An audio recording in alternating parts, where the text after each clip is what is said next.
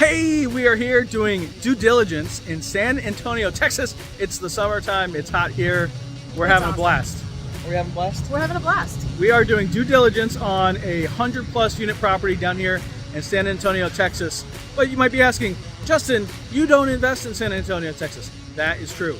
We are actually here helping some of our students. These are folks that have gone through our Bigger Pockets Multifamily Bootcamp, and they got a deal on the hook. They followed the steps, and guess what? They actually worked. And so we're here. They got a fish on. And so they asked us to come help them out with some due diligence. So I brought Tara. We're here. We're helping them due diligence. We're walking around. We're going in units, out units. We got electricians and plumbers and roofers. We're doing all the things to help them make sure their investment is going to be sound. So come on with us and let's see what we can find out.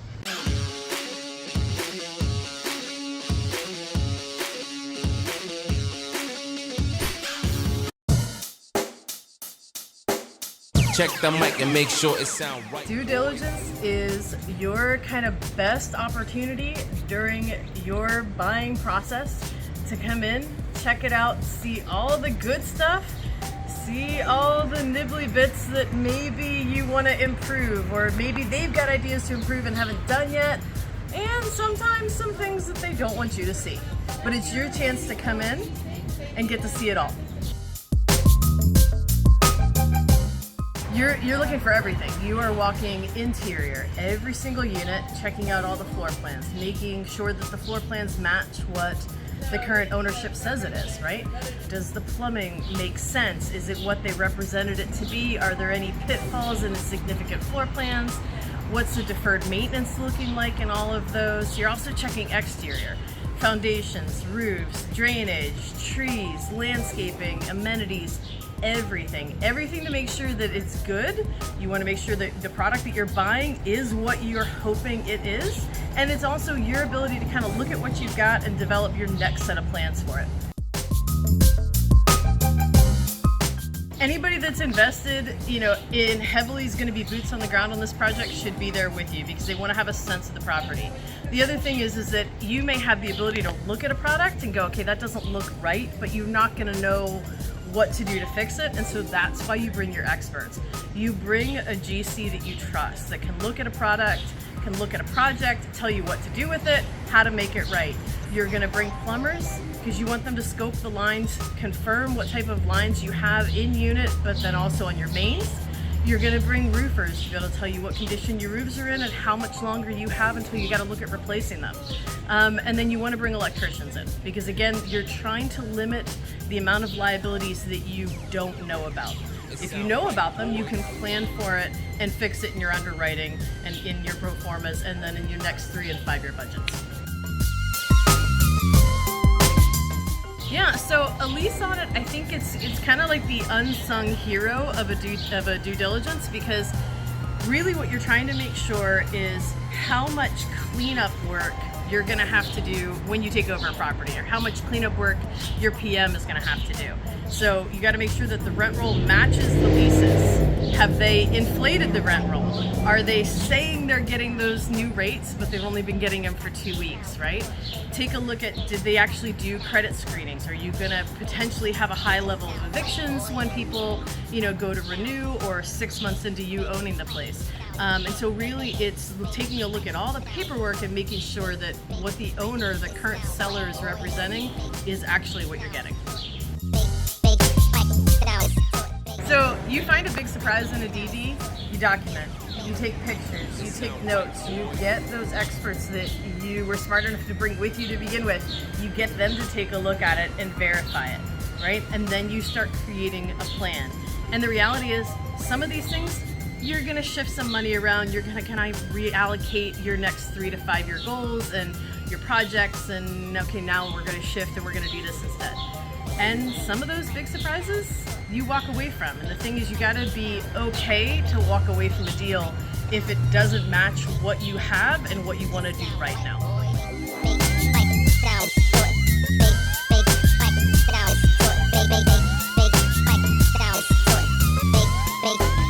It sound right, boy. Okay, I'm here with Brianne. Brianne went through our boot camp. Brianne is with Braid Capital and also Two Moms Investing. check them out and we'll put the links below.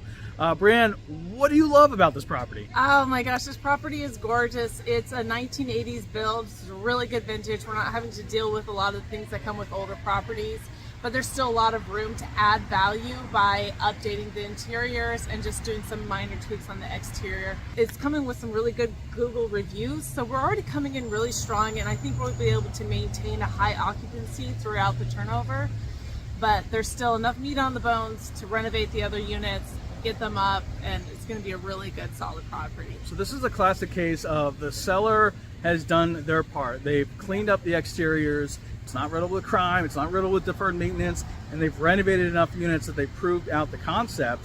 And you guys can pick up that ball and run with it, right? Absolutely. And not only that, but in 5 years when we get a turn around to sell it, we're in a nice enough area that we can push the renovations up another level and show the next buyer the additional value add that they'll be able to add to it. Okay, so she's already thinking, we're at due diligence to buy it. She's thinking about selling it, right? And that's a great tip, by the way, because you've got to have your exit plan in mind. And so finishing out the renovations now, 5 years of a hold period, you said, and then another little renovation at the end to show that proof of concept for the next buyer. Maybe you all buy it. I don't know. Seems like a pretty good property. Why wouldn't you want to? It's in such a great city. Absolutely. You should buy this too. There's an elementary school right over there, where there's a neighborhood over here, easy access to the highways. This property has a lot of really good things going for it.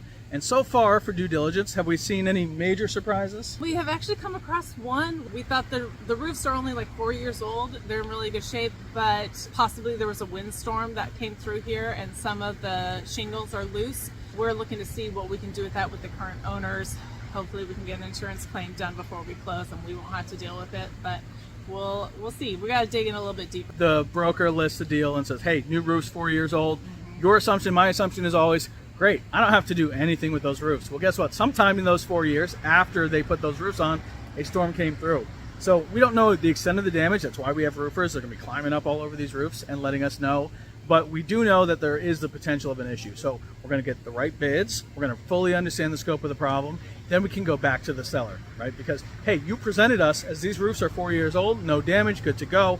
We have evidence from these roofers saying the contrary. And here's what it's going to take to fix. And then that's our negotiation point.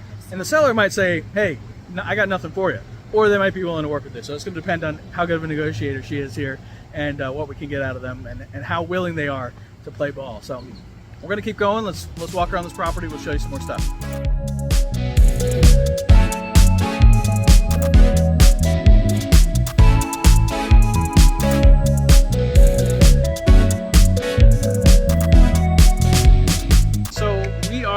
In the back of the property doing due diligence, and I'll tell you what, one of my favorite things to do is go as far back into the back corner as anyone will possibly allow me, and then maybe even a few steps beyond that, because what I like, it smells like dog poop right now, I'm telling you. Did I just step in it? Oh my god, it smells so bad back here. Look, besides the dog poop smell, not usually this is where, like, you know, where the tour, they don't want to bring you on the tour, and so you take a look. What we're seeing here is the back retaining wall. So it's a little bit of an elevation, and this is the back of the property. There's like a barbed wire fence, and it comes down. There's a retaining wall that goes all the way down there. And so this retaining wall is made of wood. It is old, maybe some old railroad ties. It's been crumbling down. So we're going to definitely have to get that evaluated. My guess is it's going to be a full replacement of a lot of this. It's rotting away. It's a real big mess. So we came back here, we saw that. That's good. We're going to make sure we put that on the CapEx list and get a bid for it. Our contractors are here on site running all over the property. So going to make sure we get a bid for this and include it in our CapEx plan.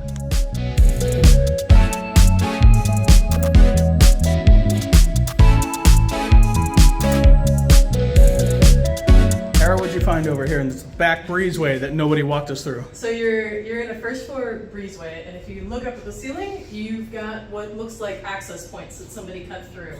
The way these apartments lay out, we are directly underneath where bathrooms join together.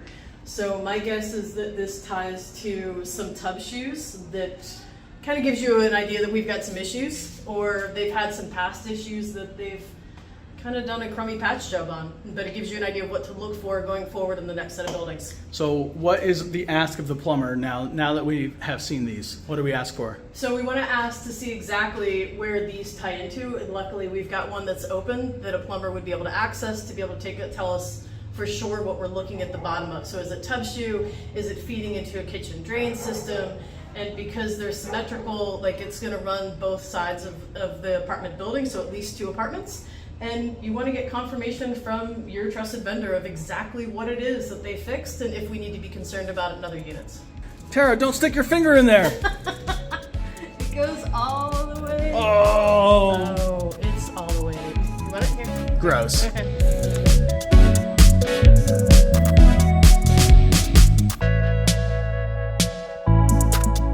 Alright, so some of the buildings have a hose outlet right here, right? And so you can see it, and it's running, and, well, you know, this one's got to shut off. Some of these are permanently capped off and sealed. Yeah. But there's no shut off. And so the question is there a shut off and is it further in the wall? Okay. And then are you gonna have a leak and not know about it forever and ever?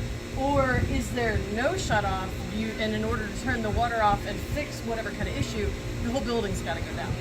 Okay. And then at that point, where's the best way to close the main? So it's just good information to be able to learn quickly before you finish a DD.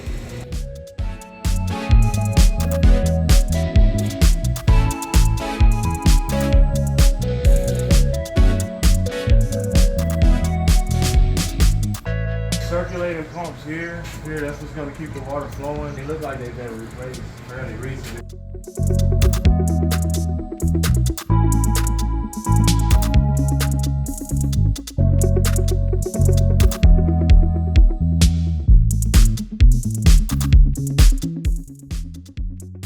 Do you know how much this renovation cost? $8,000. Okay, so you're getting $115 premium or something? They did new floor, new lights, new cabinets, new paint, tile in the kitchen, tile in the bathroom, Closet doors. the closet door.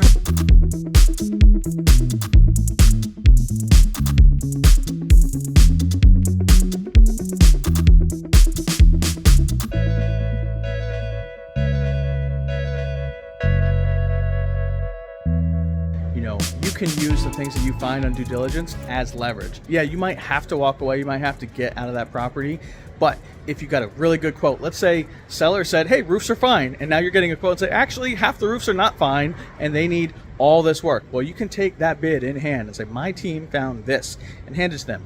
And that might get you a credit, might get you a reduction, might get that work done before you buy the property, or seller might dig their feet in and say, no, I'm not doing it. And then it's a business decision for you to decide how you want to move forward, if you're willing to take on that risk in that project, or maybe you just let it ride, and maybe you're okay with the current condition. So the more information you have, for me, DD is about getting as much information as possible. You want to fully understand 360, everything happening at the property, so that you can make the best business decision you can and decide how you're going to move forward with your investment. If you like this video, here's a few more you might like too. Thanks again for watching. Make sure you subscribe and like this video.